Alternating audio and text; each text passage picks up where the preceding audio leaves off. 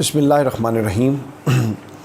قربانی کے جانور کی عمر، اس میں فقہائے اربعہ کے کیا نقطہ نظر ہے؟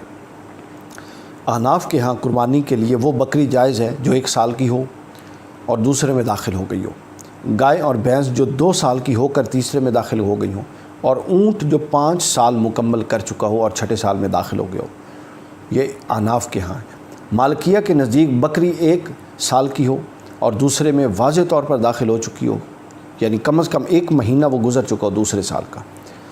اس کے برعکس بھیڑ صرف دوسرے سال میں داخل ہونا کافی ہے، زیادہ آگے دورانیہ گزرنا کافی ضروری نہیں ہے۔ گائے اور بھینس 3 سال کی ہو کر چوتھے میں داخل ہو چکی ہو، اونٹ 5 سال کا ہو کر 6 میں داخل ہو چکا ہو۔ یہ مالکیہ کا نقطہ نظر تھا۔ شوافع کے مطابق اونٹ 6 سال میں داخل ہو گیا ہو، 5 سال کا مکمل ہو، گائے اور بکری تیسرے سال میں اور بھیڑ دوسرے سال میں داخل ہو چکی ہو۔ حنابلہ امام احمد بن حنبل کے نزدیک یہ ہے کہ بکری 1 سال پورا کر کے دوسرے سال میں داخل ہو چکی ہو، گائے پورے 2 سال کی ہو چکی ہو اور تیسرے میں داخل ہو چکی ہو، اور اونٹ پورے 5 سال کا ہو چکا ہو۔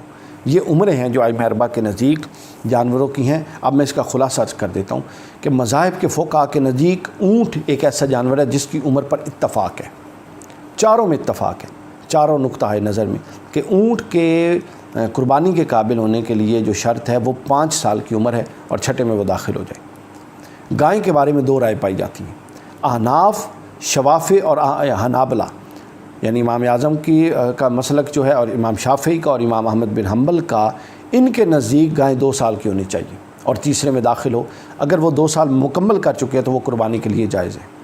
اور مالکیہ کے نزدیک گائے کے معاملے میں فرق ہے، وہ کہتے ہیں کہ گائے 3 سال کی ہو اور چوتھے میں داخل ہو چکی ہو تب قربانی کے لیے جائز ہے۔ بکری میں بھی اختلاف ہے، بکرا بکری اور ان معاملے۔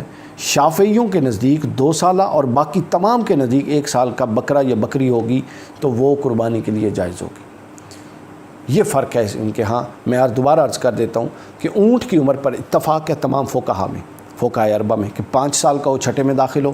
گائے کی عمر میں 2 رائے ہیں، جس میں مالکیہ ایک طرف ہیں، مالکیہ کا نقطہ نظر ہے کہ 3 سال کی ہو اور چوتھے میں داخل ہو، اور اس کے علاوہ حنفیہ، شافعی اور حنابلہ، یہ تینوں نقطۂ نظر ایک طرف ہیں۔ ان کا یہ ہے کہ 2 سال مکمل ہو اور تیسرے میں داخل ہو چکی ہو۔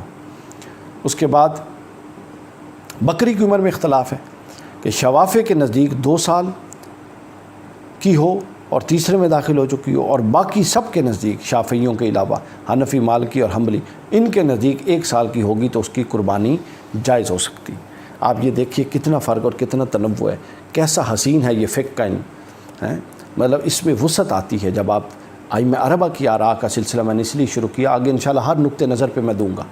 وجہ یہ ہے کہ ہم یہ سوچیں کہ ہمارے جو اسلاف اور اکابرین تھے ان میں کس طرح اختلاف تھے، اور اس اختلاف کے بعد وہ کس طرح وحدت کی لڑی میں پروئے ہوئے تھے، اور وہ کس طرح ان میں برداشت تھا، کس طرح وہ دلائل کی بنیاد پر ایک دوسرے کے نقطہ نظر کو رد اور قبول کرنے کے باوجود دلوں میں ایک دوسرے کا احترام رکھتے تھے، اور یہ ضروری چیز ہے۔